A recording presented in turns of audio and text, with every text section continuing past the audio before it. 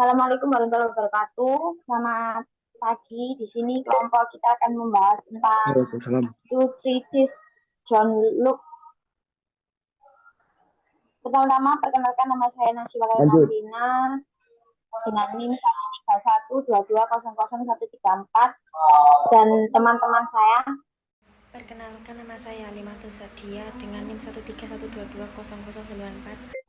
Saya Gabriela Masing-Grace dengan NIM 13122000105. Nama saya Anita Salsabila dengan NIM 131220098. Saya Muhammad Nur Rahman dengan NIM 131220089. Nama saya Zaidan dengan NIM 13122000117.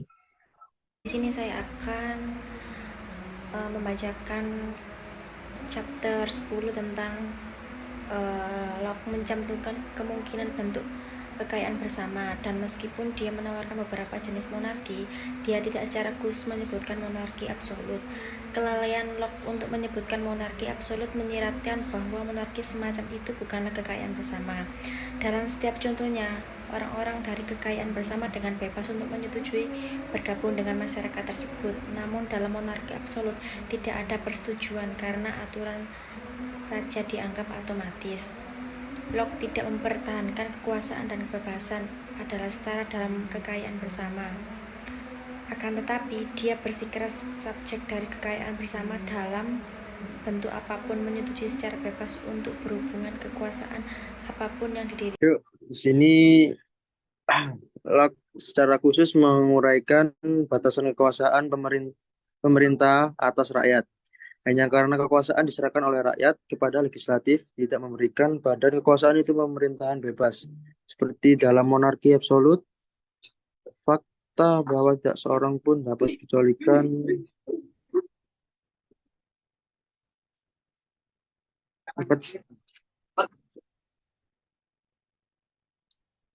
dari hukum kekayaan bersama, sekali lagi mengecualikan monarki absolut dari masyarakat beradab. Raja absolut tidak tunduk pada hukum atau peraturan apapun, dan mereka adalah kekuatan tertinggi dan pelaksana hukum. Locke menyiratkan di sini monarki absolut buruk daripada keadaan alami, karena subjek monarki absolut tidak diizinkan untuk melawan dengan cara apapun. Oke, selanjutnya. Sekali lagi menunjukkan pada monarki absolut, di mana raja adalah kekuasaan legislatif dan kekuasaan eksekutif. Raja tidak hanya dapat mengambil dan memilih hukum mana yang akan diberlakukan berdasarkan keinginannya sendiri. Dia juga dapat memilih dan memilih hukum mana yang dia ikuti atau paksakan, karena dia bertanggung jawab atas hukuman. Sama sekali tidak ada pengawasan dalam monarki seperti itu, yang secara otomatis tercipta ketika kekuasaan untuk membuat dan menegakkan hukum ditempatkan dalam dua badan kekuasaan yang terpisah.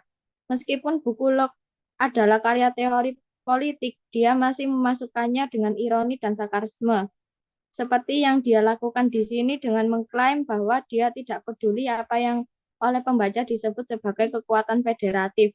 Ini juga menyiratkan bahwa dia peduli dengan apa yang orang sebut sebagai kekuasaan legislatif dan eksekutif, yang menyiratkan bahwa isu-isu intrinsik bagi kekayaan bersama diprioritaskan daripada isu-isu asing di luar kekayaan bersama. Akan saya bacakan dan saya sampaikan seperti ini. Dalam menyebut kekuasaan legislatif, fidusia, Locke menyiratkan kekuasaan legislatif dipercayakan kepadanya oleh kekayaan bersama, dan kepercayaan itu dapat dicabut jika dilanggar. Sementara jika legislatif memiliki kekuasaan tertinggi, ia mendapatkan kekuasaannya melalui rakyat, yang dengan demikian membatasi seberapa besar kekuasaan yang dapat diberikannya. Kekuasaan yang dimaksud adalah kekuasaan yang diberikan kepada rakyat dari kekayaan bersama itu. Sekian, terima kasih dari saya.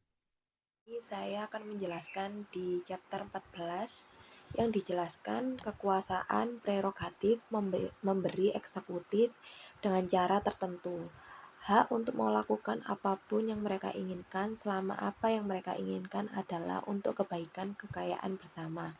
Hanya karena Locke mengatakan kekuatan hak prerogatif harus tetap tidak dipertanyakan, tidak berarti bahwa penyalahgunaan hak prerogatif harus tetap tidak dipertanyakan, karena masyarakat memiliki hak untuk mempertahankan diri dan hak prerogatif dapat menghalangi hak ini. Mereka harus mempertanyakan penyalahgunaan, namun selama kekuatan hak prerogatif digunakan untuk kebaikan, hal itu tidak perlu dipertanyakan lagi. Kekuatan yang berbeda ini adalah apa yang dimiliki orang tua atas anak-anak mereka untuk mengatur mereka demi kebaikan anak-anak sampai mereka menggunakan akal atau keadaan pengetahuan di mana mereka dianggap mampu. Tapi terjadi seperti yang akan terjadi, tidak dimaksudkan sebagai pemerintahan yang sewenang-wenang, tapi hanya untuk bantuan, instruksi, dan pelestarian keturunan mereka. Kekuatan ayah melakukan sama sekali tidak sampai kepada harta milik anak. Hanya pada kekuatan ini berasal dari kesepakatan bersama mereka membentuk komunitas. Kekuatan lalim adalah kekuatan absolut dan sewenang-wenang yang dimiliki seseorang atas orang lain, mencabut nyawanya sendiri, dan kekuatan ini tidak diberikan oleh alam karena tidak membuat perbedaan. Sekian dari kelompok kami. Wassalamualaikum warahmatullahi wabarakatuh. Terima kasih.